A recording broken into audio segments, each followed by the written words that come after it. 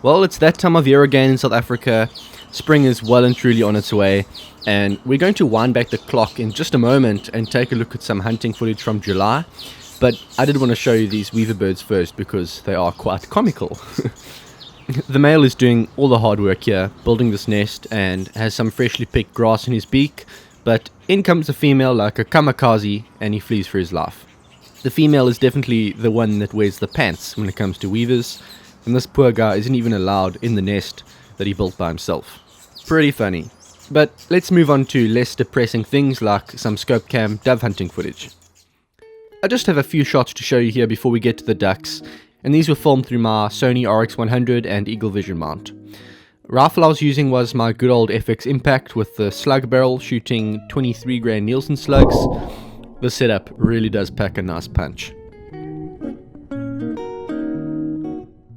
The next dove is at about 45 meters, and there's a bit of wind here, but it's not enough to really influence the outcome, and the result is exactly the same.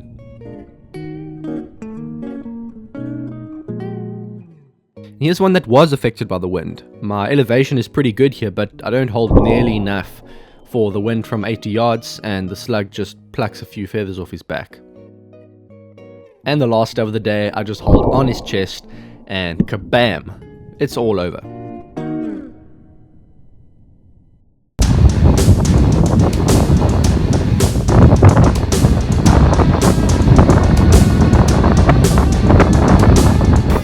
I wasn't actually planning to film the hunt that you're about to see. In fact, I wasn't planning to hunt at all. The plan was to make the most of the near gale force wind and put my pumped out Impact X to test at 100 meters just to see what it was capable of in less than ideal conditions. Conditions that most other 2.2 air guns would just not be able to handle. These are the 26 grain slugs I was shooting on the day. These two were pushed through a Smooth Twist X slug barrel. And you'll notice firstly the profile of the slug, how aerodynamic it is compared to a pellet, and secondly just how little the lands cut into the bearing surface of the slug. It almost looks completely untouched, and that's the beauty of the Smooth Twist X barrels. They really don't damage up pellets or slugs at all. I spent some time shooting a few groups and then practiced my wind calls a bit by shooting at random spots in the water and testing whether the adjustments that my Kestrel gave me were correct or not. They were correct. And then to my delight, I see a couple of yellow-billed ducks land on the water about 108 meters away, and I'm able to quickly set up and prepare for a shot. I wouldn't have been comfortable doing this with those 16 or 18 grain pellets, but the heavier slugs at 53 foot-pounds are a completely different story.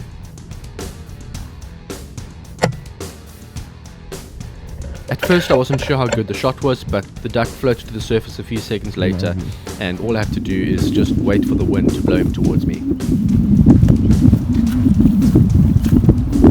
And this is why I don't wear shoes, because sometimes you need to get into the mud, and it's easier to clean your bare feet than it is to clean a pair of shoes. But here's the yellow-billed duck, and this is actually one of my favorite species to hunt.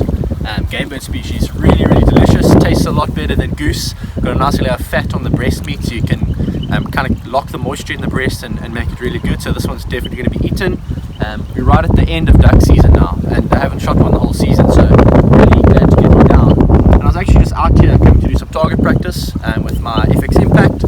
Just got the scope, Night Force ATAC R7035, and just zeroed it yesterday, and then came out here to just shoot a few groups at 100 meters, and it is quite windy today, but still managed to shoot probably just over 1 MOA. A group put 4 shots in 1 MOA, and I think my 5th shot went just a little bit out, but that's really impressive.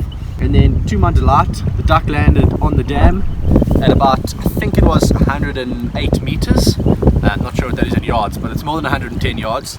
And just dialed it into my scope, used my Kestrel to actually tell me what to dialed it in, aimed on the body, and took the shot. Now if I was using normal 2.2 pellets, I would have had to go for the headshot, which would be very difficult in this wind. I'd say probably near impossible. But with the slugs, I could go for a body shot, and I think when I get home I'm going to do a little bit of a dissection to see what the slugs did. But basically hit it in the body.